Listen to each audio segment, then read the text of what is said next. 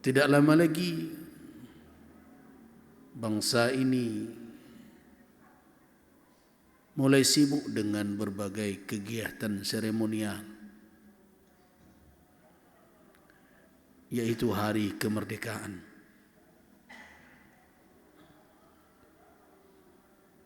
Berulang kali kita mendengarkan sorak-sorai itu, walaupun banyak di antara kita yang hadir di dalam majlis Jumat ini tidak merasakan bagaimana beratnya perjuangan meraih kemerdekaan.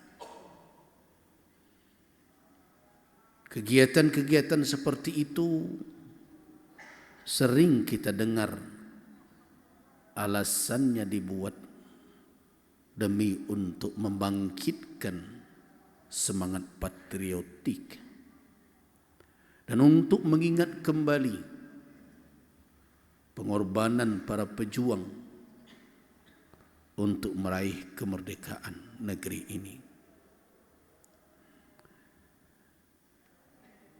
Alasan-alasan seperti itu begitu heroik terdengar di telinga generasi yang hadir saat ini. Tetapi kalau alasan-alasan seperti itu terus diulang-ulang, sedangkan makna hakiki dari kemerdekaan itu hilang dari pandangan generasi penerus, saya khawatir kecintaan kepada kemerdekaan yang dinarasikan itu hari demi hari semakin tipis. Kenapa? Karena konsep dan cita-cita yang disampaikan itu ketika dibawa ke dalam kenyataan kehidupan berbangsa, sepertinya hari demi hari mengkhawatirkan apakah betul bangsa ini sudah meraih kemerdekaannya atau belum. Saya ingat dengan ayat yang sering dibaca oleh kaum muslimin, ayat yang merupakan bahagian dari ayat-ayat penutup surah Al-Baqarah. La yukallifullahu nafsan illa wus'aha laha ma kasabat wa 'alaiha maktasabat Rabbana la tu'akhidna in nasina aw akhtana Rabbana wa la tahmil 'alaina isran kama hamaltahu 'ala alladhina min qablina Rabbana wa la tuhammilna ma la taqata lana bih wa'fu 'anna waghfir lana warhamna anta maulana fansurna 'alal qaumil kafirin. Saya ingin bapak-bapak hamba Allah majlis salatil Jum'ah yang hadir di surau ini memfokuskan perhatian kita kepada kalimat di dalam ayat itu. Rabbana la tu'akhidna in nasina aw akhtana. Rabbana wa la tahmil alaina isran kama hamaltahu 'alal ladzina min qablina. Cukup kalimat-kalimat itu saja. Rabbana, wahai Rabb kami, la tu'akhidna, jangan engkau hukum kami.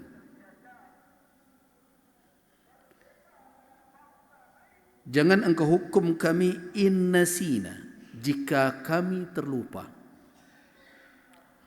Au akhtana, atau kami tersalah. Setelah permohonan itu, permohonan berikutnya adalah Rabbana wala tahmil alaina. Wahai Rabb kami, jangan engkau bebankan kembali kepada kami isran, beban, kama hamaltahu, sebagaimana yang engkau sandangkan, alal ladzina min qablina, ke pundak orang-orang sebelum kami. Kalau kita coba renungkan ayat ini, alangkah dalamnya petunjuk. Didahulukan inna sina au akhtana, kemudian baru la tahmil alaina isran kama hamaltahu alal ladzina min qablina. Didahulukan kalimat jika kami lupa atau kami tersalah, jangan engkau hukum kami ya Allah. Kemudian baru permintaannya, jangan engkau bebankan lagi kepada kami beban yang telah dipikulkan, engkau pikulkan, engkau letakkan di pundak generasi yang lalu. Ada suatu isyarat yang bisa ditangkap. Apa yang menimpa generasi terdahulu bisa jadi disebabkan oleh al-khata' wan nisyan, ketersalaan dan kealpaan. Maknanya apa? Kita yang meminta dengan doa ini sebenarnya telah bertekad di dalam hati di saat kita berdoa bahwa kita tidak akan mengulangi kesalahan dan kealpaan yang mungkin pernah generasi terdahulu terjatuh ke dalamnya. Kalau kita awas dengan ini, mudah-mudahan beban yang pernah dipikul oleh generasi dahulu tidak akan tertimpa lagi ke pundak kita. Tetapi sayang,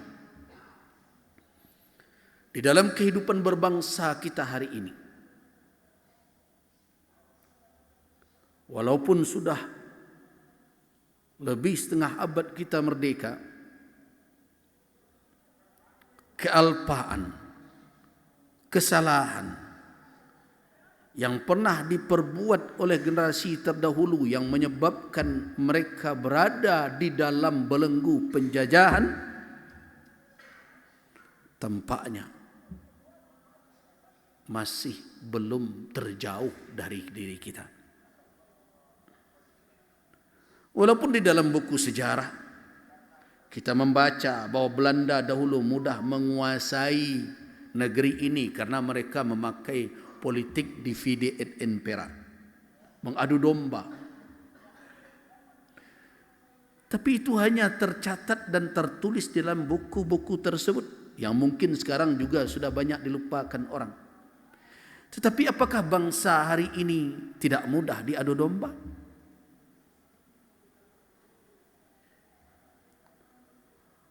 Walaupun kita membaca di dalam berbagai catatan begitu mudahnya dahulu negeri ini dikuasai, karena kita tidak memiliki kesatuan dan persatuan. Tapi apakah betul negeri ini telah bersatu?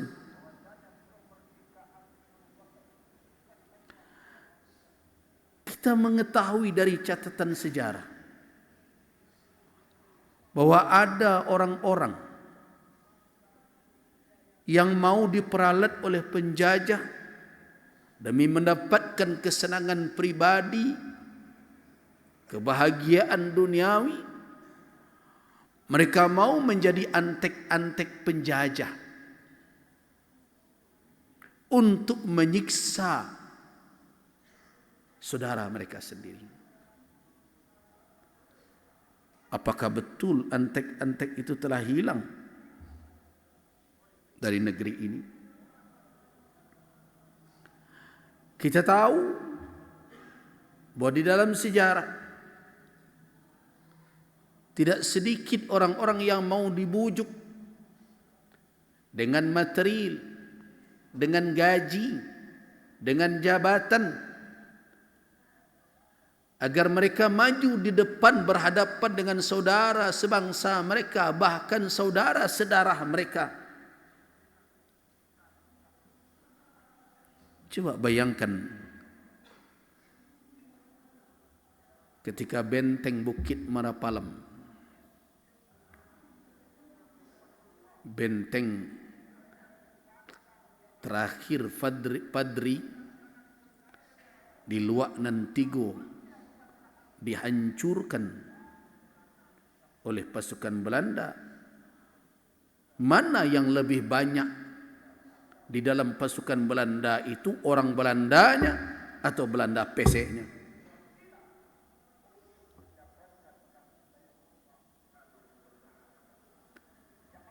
Nah, catatan-catatan seperti itu kalau kita jadikan sebagai cerminan untuk melihat situasi dan kondisi zaman sekarang, apakah memang tidak banyak lagi orang-orang yang mau disogok, orang-orang yang mau dibujuk dengan jabatan, orang-orang yang diberikan fasilitas, kemudian mereka diperalat untuk menzalimi saudara-saudara mereka, mengambil kebijakan yang jauh dari nurani?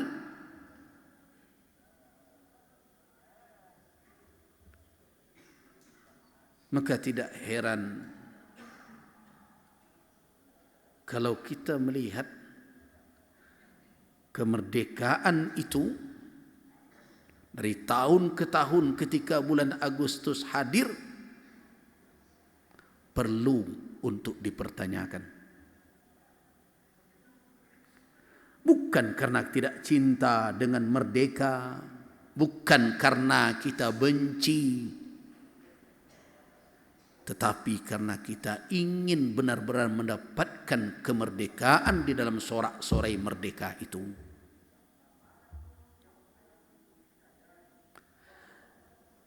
Kalau saya merujuk dengan suatu hadis yang diriwayatkan dari Abi Hurairah radhiyallahu anhu oleh Al-Imam Al-Bukhari dan Al-Imam Muslim, Rasulullah sallallahu alaihi wasallam menyampaikan firman Allah Subhanahu wa taala dalam hadis qudsi ini. Apa kata Allah? Salasatun ana khasmuhum yaumal qiyamah. Ada 3 orang, akulah yang akan menjadi lawan mereka di hari kiamat kelak. Kata Allah, orang yang 3 ini akan berhadapan langsung denganku. Tapi bukan orang yang diridai, tapi menjadi khasm, menjadi musuh Allah Azza wa Jalla. Yang pertama adalah rajulun u'tiya bi thumma ghadar. Seseorang yang diberikan dengan namaku, memakai sumpah wallahi tallahi, bahkan membujuk orang dengan syiar-syiar agama Allah, menjanjikan berbagai macam demi Allah, thumma ghadar, tapi dia tidak penuhi, malah dia berkhianat dengan apa yang telah didapatnya itu. Yang kedua, rajulun ba'a hurran fa akala thamanah. Seseorang yang menjual orang merdeka, kemudian dimakannya hasil penjualan itu. Dan yang ketiga, rajulun istajara ajiran. Seseorang yang mempergunakan jasa seorang pekerja. Fastawfa minhu. Orang yang bekerja menjual jasa itu memenuhi kewajibannya. Tetapi orang yang mempergunakan jasa itu walam yu'tihi ajrah, tidak menunaikan jasanya. Coba bawakan 3 yang diperingatkan oleh Allah, kalau ada yang melakukan ini, aku yang akan menjadi lawan orang yang 3 ini dalam kehidupan berbangsa kita hari ini. Orang yang diberi dengan nama Allah, Siapa yang tidak meminta jabatan hari ini dengan alasan ini amanah yang akan saya pikul. Setelah diberikan jabatan kemudian diberdirikan di hadapan orang, kemudian disuruh orang untuk mengangkat Al-Quran di belakangnya. Walaupun di dalam syariat tidak disuruh seperti itu, tapi untuk menunjukkan kepada orang lain bahwa dia akan menjunjung nilai-nilai yang ada dalam kitab suci tersebut dan bersumpah demi Allah. Betapa banyak pengkhianatan yang terjadi. Coba perhatikan, apakah betul orang-orang merdeka hari ini betul-betul merdeka? Hari ini banyak orang yang menjual kehormatan saudaranya. Bahkan tidak sedikit menjual atas nama ini, atas nama itu. Dia perjualbelikan orang-orang rakyat. Tiap sebentar berbicara di hadapan orang banyak demi rakyat. Memperjuangkan rakyat. Rakyat yang mana? Bukan memperjualbelikan seperti di masa lalu. Seorang merdeka dinaikkan ke atas panggung. Kemudian diperjualbelikan. Ini berapa harga orang ini. Sekarang lebih sadis, orang bisa menjual satu kampung orang. Dia yang mendapatkan keuntungan. Bahkan ada orang yang mau menjual bangsanya demi untuk mendapatkan kekayaan melimpah ruah. Kemerdekaan apa yang tidak diperjualbelikan orang hari ini? Kasihan umat yang di bawah. Terakhir, ada orang yang menuntut orang lain bekerja dengannya, menjanjikan berbagai macam, tapi janji tinggal janji. Nah, kalau begini kita mengisi kemerdekaan, seperti ini negara ini dijalankan, saya ingin bertanya, sorak-sorai merdeka itu apakah makna yang sebenarnya secara hakiki dalam kenyataan, bukan di dalam khayal? Sulit untuk dijawab. Tetapi kalau mau kita mengambil pelajaran, mudah-mudahan kita akan bisa berubah sedikit demi sedikit. Barakallahu lakum fil Qur'anil Karim wa nafa'ani wa iyyakum ma fihi minal ayati wa dzikril hakim. Aqulu qawli hadza wa astaghfirullah lakum innahu al-ghafurur rahim. Astaghfiru rabbakum.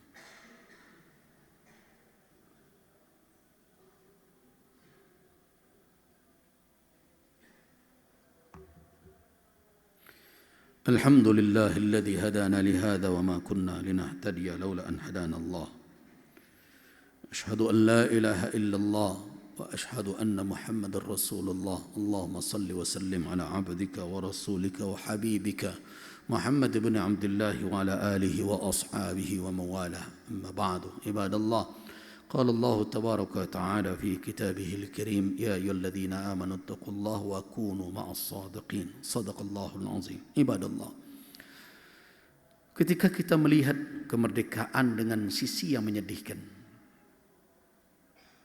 tentu ada sisi-sisi yang membahagiakan.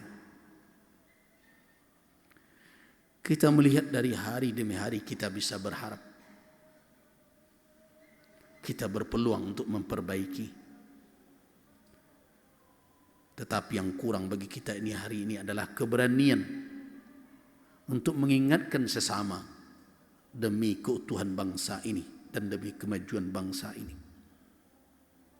Harapan itu bisa bangkit kalau kita kembali memiliki keberanian sebagaimana dahulu para pejuang kita berani walaupun menghadang senjata dan mempertaruhkan nyawa sekalipun. Hari ini kita berharap umat juga berani untuk mengatakan bahwa kemerdekaan belum dia rasakan.